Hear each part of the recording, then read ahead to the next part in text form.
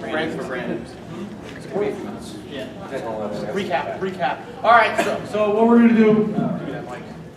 We're gonna do a quick recap of what we did yesterday. We went over vintage figures, which started out in the 70s, worked our way up, 60s, sorry. Like I said, I don't know vintage very well. We went to the Bandai. That was it. Yeah. Today we're going to talk about Marmots, M1s, Giga Brains, SH Monster Arts, and X Plus. That's it. Do you want to go through and say who we are real quick? Who are we? I mean, Godzilla Legend Crew! I'm Rajizo. Tim Crane, Mike Russo. And that's the Shields Brothers. Yeah. I'm Andy Shields. I'm Brandon. Some people call me. You ready to rock? Yeah. Let's roll. All right, so we're just going to get right into this. We're going to hold the questions at the end. Hopefully we'll wrap up a little earlier to leave more room for questions. Is that okay? Yeah. Cool. Sure. All right, so we're starting with M1. Who knows M1? Woo! I don't know M1. Okay, I'll do M1 then. Okay, sorry. Take it for a second. Okay, M1. Back in the 90s, Bandai they had the license specifically for realistic toys. It was Bandai's license. They kind of had the market cornered on that. M1 through the 90s, they were a model kit company. If anyone's ever seen the model kit, Godzilla doing the jumping dance from Monster Zero, that was all M1. And It was one of the first Godzilla and Violante. oh yeah, they were. Violante. And then in the late 90s, they started producing more stylized toys. It's like around 96, 97 where that started taking off. By doing them stylized, they were able to, get away with making Godzilla figures while Bandai had the realistic license. And a lot of M1 stuff, a lot of it began as reissues of the Bullmark and Mara-san toys we talked about yesterday. And the new toys they started producing, they were meant to kind of act as if the Bullmark toys never stopped being produced. So a lot of their toys, like the pink Matango over there in the corner, are very Bullmark and Mara-san-like in their designs and their color schemes. It's got the pink, it's got the yellow, and can you go back in the frame, Rich? You can't? Oh, I can't. And like the Godzilla on the top left, all of this stuff looks very inspired by the Bullmarks and Mara-sans. And M1 was really committed to top-of-the-line vinyl quality, top-of-the-line paint. I heard something about they dumped an entire production run of a certain figure because they weren't happy with the color blue they were using. It was very high quality, and a lot of people who collect stylized toys, they consider the M1 stuff pretty top-of-the-line. The output of toys they've done, it hasn't been all-encompassing. They've only done a lot of Godzillas, a lot of random characters. I think their most infamous figure was Titanosaurus. Back before they did one, the most you could get was a small Bullmark that cost hundreds, if not more. And this was way before even Bandai did one, so Titanosaurus was a pretty big deal when M1 did it. And they've done some figures based on, go ahead. I've done, they're the only other company who's done a Megaguirus figure outside of Bandai. They've done early Violante before other companies did it, Manda, Atragon. A lot of stuff inspired by the older films and newer stuff that kind of is a little bit more cold. And they did a really great line of GMK figures. I mean, the Bandai figures are fantastic, but I think these, which have a very, like the Mothra looks a lot like the older Mothra from the 70s and 60s. They have a lot of charming character to them. I mean, I know stylized toys are acquired taste, but if you collect these kind of toys, you know who M1 is, and you would consider them top of the line. Yeah, and one of the things that, if you were on our panel yesterday, you heard us talking about how Bandai started to do, exclusives and stuff, theater exclusives and things like that. For M1, a lot of what we're seeing so far is, great, their standard stuff, but if you really get into collecting these, what you're going to find out is that there might be 6, 7 different versions of one monster because they were meant to be more creative. So they said, okay, here's the normal paint version. Now let's see what it looks like in neon colors or something like that. And then even on top of that, what's funny is some of the most expensive ones, especially back when these came out, were the ones that were unpainted, because that was just a thing. There are certain people out there that that's what they wanted to collect. The toy, you could see the toy and appreciate the sculpt of it more before the paint's applied. So some of the most rare M1 pieces are ones that were sold in like sets of 10 or something like that. You could only get at a specific convention in Japan, and you had to win a lottery to get it. And so you got these figures, no paint on them, but super valuable because you weren't going to get it any other way. Or sold in really random sets called lucky bags, where you didn't know what you were getting, and it could be a painted figure, it could be unpainted figures, it could be something glow in the dark. And unlike the Bandai's, which a vast majority of those were just sold in stores, you go take it off the racks, M1 and a lot of other toy companies we're going to be talking about today at this panel, you could only get them through mail away, at specific events, at specific shows, very limited quantities. That's why a lot of these toys are a lot more expensive, on top of the high quality vinyl and paint. So these toys were not sold like Bandai as you walk into a Toys R Us, which they have in Japan. Just pick them off the racks. That Hedera, that's a lucky bag, totally unpainted. You can grab it, it's the Final Awards version, paint it however you want. Or you can send it back to M1 once you bought it and they would paint it for you. It was very different from how the Bandai operated. And M1 itself is really just, the company's done by a guy that's just a fan of toys, Eugene Bushnell. So yeah, it's really a one-man operation. Yeah, he's responsible for all of it. He's a big-time collector in Japan, and he's just a fan of collecting toys, and that's how that company started. And another thing that's kind of cool about M1s is you'll notice here, how many Bandai figures are there of actual characters, human characters from the movies? You don't see that. So one thing that people like about these, like M1s in particular, is you can see Miss Namikawa here. So they actually did several human characters that you're just not going to find any other way. And they also, as you can see with her, they had they started basically reissuing mini bull marks to throw in there with them that made those toys even more desirable. Because as we covered bull marks, the prices on some of those minis are so high, but you could get them by buying that. So really, it was an ingenious idea, I'd say, on the marketing of the product for M1. Yep. Vinyl Paradise guy. He's a Vinyl Paradise guy. So Marmot is a company that got started right around the time M1 started pumping out figures too. They produced their figures pretty much the same way. Initially they would do a figure, it would be like a mail order figure, or a store exclusive, a show exclusive, and Marmot's actually been around quite a long time, and they still are producing figures. Their earliest figure line was called the Vinyl Paradise. These figures were pretty large, and for a lot of collectors back when they started, these were really very different from what they were used to, even more so than the M1s, which were definitely bullmark inspired. The earliest Marmots, they were detailed, but they were still very weird, like the Gabra up there. It looks like Gabra, it's a good detailed sculpt, but it's still got some very strange proportions.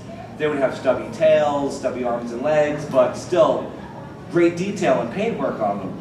And it definitely divided a lot of collectors, and Marmot, it was a learning process for Marmot. The early figures, and they continued, should I talk about Power Babies? Just keep going? Go for it, it's in there. Okay, so their earliest ones, that Megalon, that Gabra, those are from the Vinyl Paradise lines, much larger, much bulkier toys. And once that line stopped, they moved on to doing the complete opposite. They started a line called the Power Babies. And these were actually pretty clever. They're smaller figures, but all of them came with accessories. Like that Mogera came with, a rocket launcher. The Kamunga actually came with a little Minya coming out of an egg. The 67 Godzilla had a little infant Minya that came out of the egg. You could put on his tail. All the figures came with accessories. Actually, they got so popular, they actually released sets of just the accessories later on because of how popular it became. And there was a Monster Zero set with a flying Ghidorah and the A-Cycle Light Ray, a Mothra set with the radar heat gun.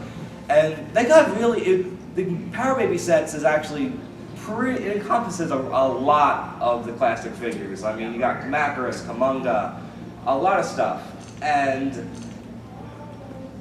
after Brandon, you want to go on? Actually, I was gonna say, what you see here is, you know, with the Monster Heaven line, when they started releasing that, as you see with the brand that was in the first picture. What they have here is, this is the Black Gallery selection. Actually, I believe the big Mechagodzilla is an exclusive.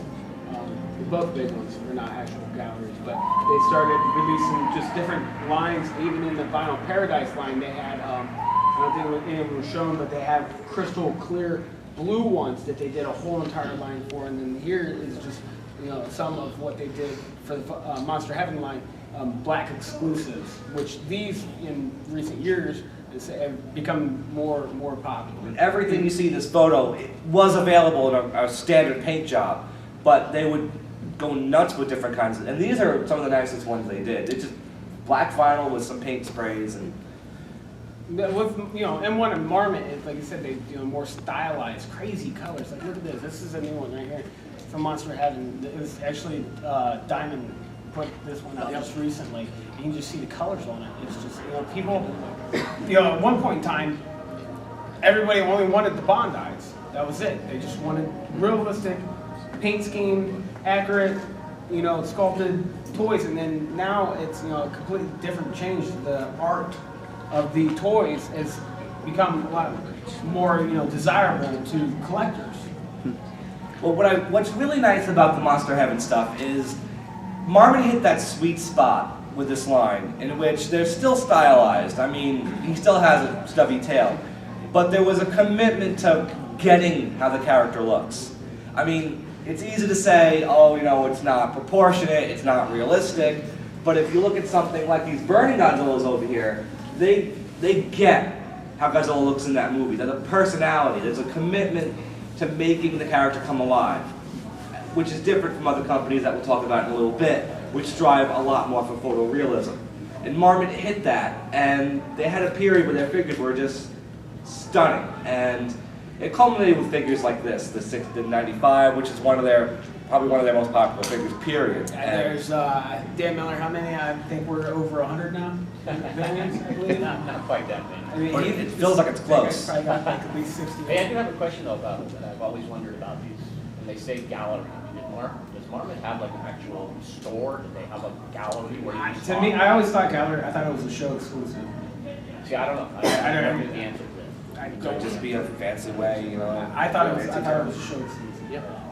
As far as I know, they don't. But one thing I will point out is like, and you can probably keep going, Rich, because we got a couple more pictures here and stuff. But while you're looking at some of these other ones, you see another one of the Desagojis there, and like this one in particular, something that makes Marmot a little more unique in M1 is, my brother said this earlier, it's guys that like are more like fans doing this. You know, you couldn't call up Bondi and say, hey, I want to make an exclusive Bondi figure and have a limited run of it to sell. But this Godzilla here in the middle, the Burning Godzilla, is one that a friend of ours actually had a very limited number made, and he had them made to sell at this show. There were only 30 of them that he did, because he got some contacts, called these people, they set him up, let him design it. He got to pick the colored vinyl he wanted, the spray, the paint colors he wanted.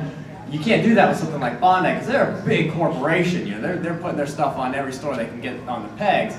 Marmot's totally different. It's more of a collector kind of thing. And yeah, we just see more Marmots over here. They dipped into more Final Wars figures that Bandai never got to. They did Kamacuras and the Kamanga. There's their Gigan. You see Power Babies in the front there, 68 Godzilla. Titanosaurus is in the back. That's a Monster Heaven. Marmot also they actually didn't just do style. They did do some kits. They did Hedra, Megalon. They've done, you know, they've done a wide variety of styles. They actually, and then they took some of his kits and then made them built up after the wars to where you could just buy them already pre-built. And some of those kits that were in the dealer's rooms here, I mean, like they're gone in seconds. It's kind of one of those obscure things.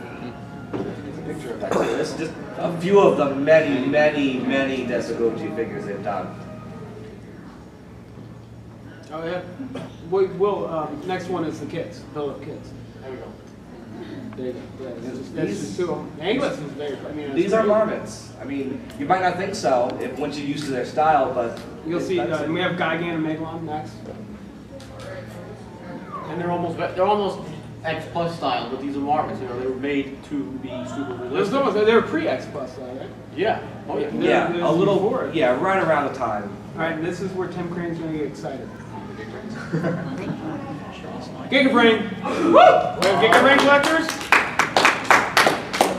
Starting in about 2006, a company called Gigabrain began producing a small number of figures. They've only done a handful. They've done 1962, 1964, and 1965 Godzillas. They've also done Gigan, the King Ghidorah, a Giant Hedorah, and for whatever reason, a Final Wars Monster X. Seems a little out of place. They've also done a Jet Jaguar. Again, only a limited number of sculpts, but they have done a significant number of variants with each of them. So far as I know, Gigabrain is exclusively mail order. I don't know if they've ever done show exclusives or anything to that effect, but I might be correct. I think they've done some show exclusives. There's your Monster X. They've done a number of glow figures, which some people are really, really into glow figures. I have a couple of them. The glow seems very hard. They're There's a lot harder to giant get. Hedorah on the left, which is what about 14 inches tall, isn't it? Yeah, it's a they're substantial size and figure. they were really committed to making their figures in scale, Gigabrain. So their Godzillas were about this big. So their Hedorah figure was at least this tall, and would probably take up a big chunk of this table if I had it here. They were. On the left, you can see their 1965. They took a handful of figures and tried to do the paint scheme of the old Popey figures, which Dan knows all about the Popey 62 that I tried to convince him unsuccessfully for 4 years to sell to me. You can also see their Gigan on the right, which is recognized by many collectors as one of the finest Gigan figures ever made. Which is nice about the Gigan is so far Gigabrain's the only company that's done a figure of the 1973 Gigan from Godzilla vs. Megalon. Every other company does the first Gigan, and the suits, they are different. And Gigabrain actually went out of their way to make a 73 Gigan, which is, I think is fantastic. Perfect. Perfect. The Ghidorah came out in 2012. It is a substantial figure. It's about that tall, about that wide. It is also very heavy. It is made of a very thick, sturdy vinyl. And Gigabrain surprised collectors. They hadn't done anything for a number of years, and then all of a sudden, they released this beautiful Ghidorah that anybody who owns it will tell you is one of the best. I wasn't convinced. These guys told me how great it was. I didn't. And anybody who's ever had it in their hands will tell you how. I didn't believe him, so I went to Mike Bruce's house and I got to touch his. It's something you really need to see to actually appreciate. It's amazing. Toy of the decade. Yep. I believe that was the last new sculpt that Gigabrain did, and that was about 2 years ago. They've since released a number of variants over the years. I don't believe they have anything available right now for order, but again, this small company only doing a handful of different sculpts, very limited numbers, it's been come to recognize in the last 7-8 years as one of the finer, newest Godzilla toy makers out there. Also, to add with these types of figures, if you don't, you got to know how to get them, and if you don't pre-order them, something that we're going to talk about SH Monsters and X Plus is if you don't pre-order them, the prices are going to get jacked up, and it's really expensive. So who likes SH Monsters? Everybody. Okay, so. Alright, so SH Monsters started, what, was it 2011? Yeah. Late 2011. The first group of figures, Godzilla, Space Godzilla, is what you see here. This line is known for articulation. That is the big selling point. They are also detailed, very nice, but the articulation is the selling point. The first Godzilla figure, I think he had over 30 points of articulation, something that they followed suit with pretty much every other figure in the line. Space Godzilla was the second, right? No, Mechagodzilla was the second. If you look at Mechagodzilla closer, you can see that Garuda is on his back, and that's an add-on. That's something that you have to buy separately. And you didn't get it when it was pre-ordered. The price is just stupid about it right now. Because something's so small, it's almost 4 times as much money as the figure itself. It's an add-on that's essential to the character, and I've actually heard Bandai regrets handling it that way, and will not reissue it because they regret how that was done. If you look all the way to the right, you can see the Meltdown Godzilla. That was the Comic-Con exclusive in 2012. So that's I think the only exclusive one. Yeah, so far. Yeah.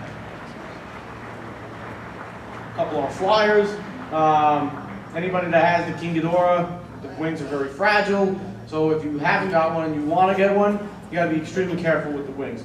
And this kind of leads into another issue with these figures, is because they're all on ball joints, stuff does pop off.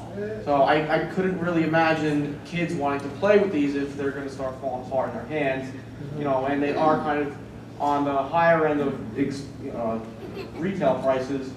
You know, they're more collectible than really toy. It's my opinion, it's just an opinion.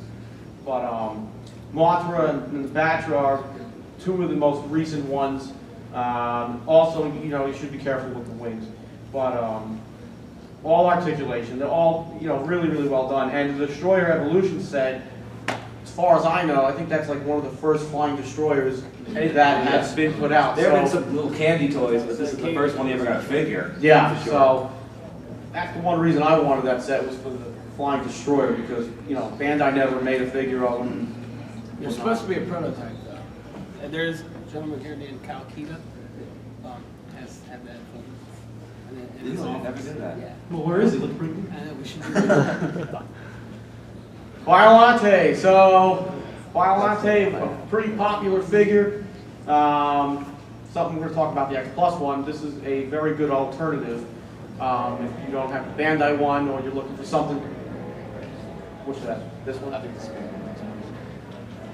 Oh, we just opened a can of worms over here. No. There's no point in comparing this line to any other, because it's a completely different line, you know, to any other lines that we've talked about. But It's one of the first major deviations from vinyl and toys. They were Yeah. pure plastic. Yep. There was no vinyl involved. And also, this is what Bandai considers, because it is by Bandai and Tamashii Nations, this is the new standard line of Godzilla figures, is what they dub it. Some people wonder, where's our Bandai figures, you know, soft vinyl? So this is what we're getting. A couple of the Millenniums and the Showa 64. One problem with some of these figures is gaps. Not necessarily, I mean, you know, it takes away from the look of the figure. If you look at the Godzilla 2000 there, you kind of see, you know, right underneath his neck. But again, that's all meant for articulation. So some cases it's justifiable. And Kiru, if you ask me, that's probably the #1 figure in this line. It's really well done. One good thing about the robots is that the joints are easy to hide because it's a robot, so it's make it look really, really well. Oh, wait, before we get to X Plus, unfortunately, we'll get there. The Batra larva and Mothra larva set was just released like last week, so I did my review on it on YouTube, but I didn't get a chance to get it into the PowerPoint. The figure is beautiful. You know, it's really, really well done. If you have the opportunity. Did any of those sets make it to the show? I haven't seen it. I didn't see any. I was actually looking for them, but I didn't see any. But the Bachelor set is out. That's the newest one. Just to touch base with what's coming out in the future, there's another Godzilla coming out. They're calling it like the Rebirth Godzilla. Junior. Godzilla Junior Adult. This is the Godzilla 2014 due out in September. The new Kiru 2004, and also recently announced was a regular Rodan, Heisei Rodan, not Fire Rodan. So now They're also doing a couple of accessory sets. I think this is Super X3s would be part of it too, and some freezing lasers from Destroyer. And I'll do a review on them. And before we move on to X Plus, what's interesting about these lines at this point. Like if you look at the Godzilla 2000, it came out when, January? Godzilla 2000? January, yeah. Yeah, and I think it's already out of print, and on the secondary market it could go for 2-3 times what it already cost. And a lot of the earliest figures are going out of print now, so if you're really interested in either getting into this line or picking up figures you don't already own, now's probably the best time to do it, because the very first Godzilla, the only one so far to come with the blue atomic ray, it's been out of print for a while, and even that one's climbing pretty fast. And that was the first one. That was the very first one. So I'm sure Space Godzilla and Bulgaria Godzilla, if you want those, I would get those now. That kind of brings up a point we talked about yesterday too. When you guys are thinking about starting to collect, or you're already into it, and you're trying to figure out where you want to go next and stuff, you just got to keep remembering, this is not, a lot of the stuff we're talking about here, this is not the same thing as going to Toys R Us and buying, you know, whatever toys are on the pegs there that are made in hundreds and hundreds of thousands of those toys are made. These toys in Japan are not made in those numbers. So I guess one of the things we keep saying, kind of the good advice is don't hesitate. If you see something you want, when it comes out, that's the time to get it. Because, you know, sometimes people kind of boggle a little bit at the prices in the dealer's room. You can't get this stuff anymore. You just can't. And it's going to keep going higher and higher. Absolutely. It's very unusual to buy a Godzilla toy that's made in Japan that will not eventually at least double in price within a few years of its And release. the unique situation with the Monster Arts is they don't sell well in Japan. And in fact, a lot of the figures are getting more expensive because a lot of them are web exclusives in Japan. The earliest ones weren't. That's why they were so cheap. The Kira that came out originally was not a web exclusive because robots are pretty popular over there and was a $90, $100 toy. The Kira that's coming out in the fall is a web exclusive, so expect to pay at least $30 more for it. But they're so hot over here. It's a very interesting switch from how Marmot and all those other companies work. So it's interesting to see how popular it's gotten over here and how Tamashi's catering these toys to us and not to the Japanese market. Ready for X Plus? We ready for X Plus? You ready for this? Hell yeah. Yeah, what's up, Eric? Let's go, Mr. First Final. Yeah. All right, X Plus. Just a little company. They started producing Godzilla figures in 2008, 9. Really light. Well, I take it back at the moment it happened. Yeah, we're focusing on the vinyl X Plus figures. Okay. What we're looking at here is some 25 centimeter figures. X Plus has been doing in between both scales, 25 and 30 centimeter figures. You're getting all kinds of suits from every Godzilla movie almost. They are super realistic. If you look at the Godzilla 2000 right here, it looks like you just pulled it out of this movie screen. King Caesar too over here. King Caesar. I mean, if you just look at it, I mean, I love the 73 here because, I mean, it captures that expression that perfectly that most other lines are not immediately focused on. They're just beautiful. They're fresh. Some other things to think about with these figures when they come out. Who knows the term Rick Boy? Okay, does anybody know what the term stands for? Go ahead, shoot.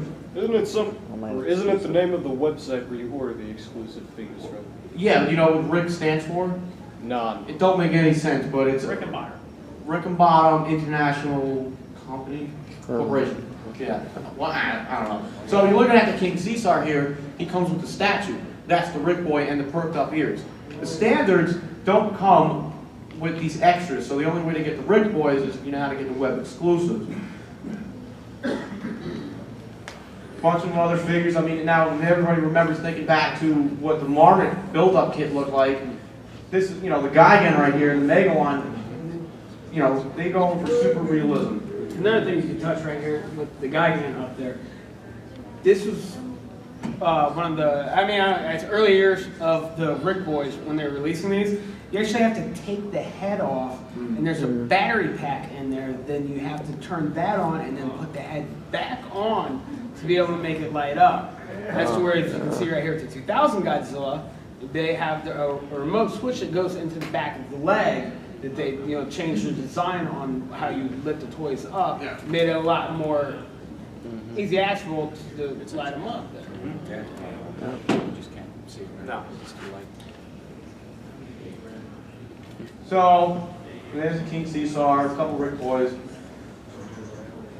Our three favorite crawlers. This is what GMK really should have been. Yeah. Yes.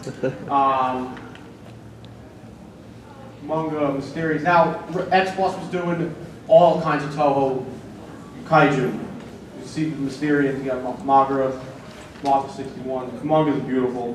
That's the daddy of them all. Violante came out a couple years ago. Don't go on eBay looking for it. You don't want to know what the price is.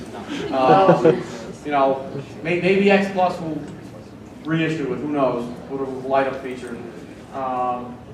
Now the 30 centimeters, they're bigger. This is a 30 centimeter. That's a 25 centimeter. So the difference is only by like 2 inches.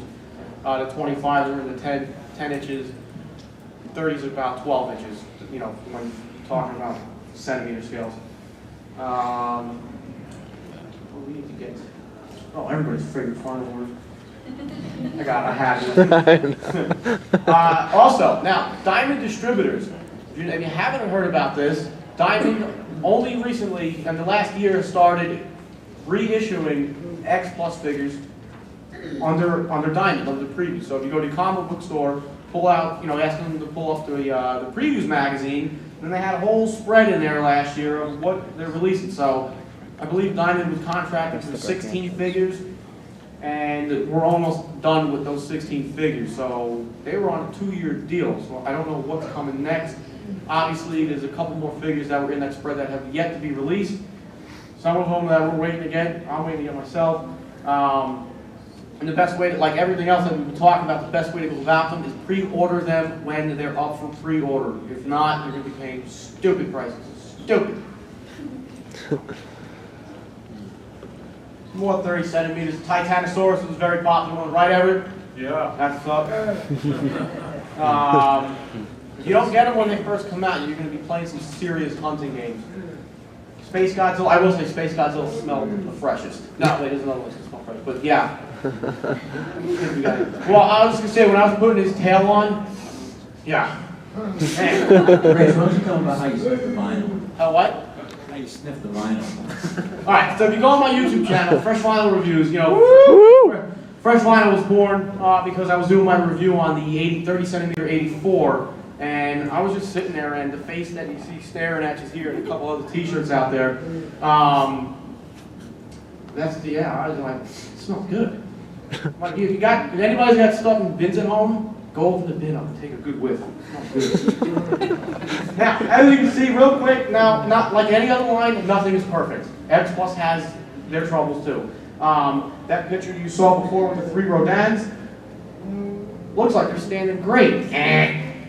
I had to hold them up, and the other 2 were leaning on because they're mostly like that. So the problem is because it's vinyl, it's soft vinyl. In the summertime, if your room is kind of warm, but I like to keep the AC kind of cool in that room. But the tips of the wings, they warp under pressure and heat. So that's why they're doing. And that's something that, like, as far as general collecting goes, that if you're serious about this, you're buying some of the higher end stuff, it's time to think about how you're going to display it and how you're going to take care of it.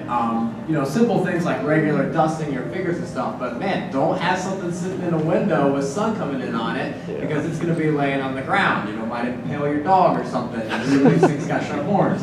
So too hot, the legs start to warp and the thing falls over and breaks. Yeah, so you really do have to be careful about it. Another thing to think about, we talked about some of those things earlier. A lot of them have clear vinyl. You put that in the sun too long, or at all, and you now have not clear vinyl, but yellow vinyl. So just little things like that. If you're going to get serious, you want to don't keep that in smoke mind. around your figures either. No, that's wrong. Not fresh. Not fresh. Well, yeah, you absolutely have to. I found that out. Alright, so what you're looking at here is the Gigantic Series GMK, Godzilla 2001. X Plus just started this Gigantic line in January of this year. And the next one due out is the Gigantic Series Burning Godzilla. Anybody getting that? Yeah. We're waiting on them. Where the heck are they? They're coming though. They're coming. It's going to be, anybody getting Rick Boys? I got mine. Oh! The rest are going to be out after the 23rd. Yep. But the Gigantic Series is, that one right there is about, what was he, 18 inches? I forget. I have to watch my review, I don't remember. But it's big. It's big, it's bulky, it takes up a lot of room. That's the why box I is tell you, big. you go back to that smell. Yeah. I pulled the Rick Boy heart out of mine and I was like squeezing it, kind of like a dog chew toy, and the smell that was coming out of that was so powerful. I've never ever smelled fresh vinyl like that. True. Alright, we were talking about Rick Boys. These are all Rick Boy essentials, add-ons, exclusives that come with the Rick Boys. So whether it be model lagers or extra ships, you know, X Plus was trying to, you know, give you that exclusive one, you know, and like you got the Minya. How often do you see a giant condor? Exactly. Not often. There's a little Godzilla head popping there if you want to change the heads off or whatnot. So those are Rick Boys. Now the light ups. The light ups are awesome. I will say that the 64 30 centimeter Rick Boy that was released last May 2013, that's the one in the middle, the blue fins. By far the best light up featured Rick Boy. If you can find one, you're going to need to take a loan out. And then we got the 62 and the 2003 are also light ups. But Why they won't give us another light up Rick Boy with blue fins, I don't understand. they're all doing white. Only one. This one looks pretty good in the dark. Right? Right. Correct. So the light ups are pretty cool. You know, it'd be nice if they get back to those, you know, some extra add-ons like the statues. Statues are really neat. Oh, alright, some miscellaneous stuff. There's so much stuff out there, aside from what we've been talking about. We could be here for a day talking about what's out there. So you got your candy toys, you got your box sets, you got your large scales, you got your super deformed. Yep, the Van Presto. That's the Godzilla 2000 in the back, which the SH Monster Arch was based off of Yuji Sakai's design.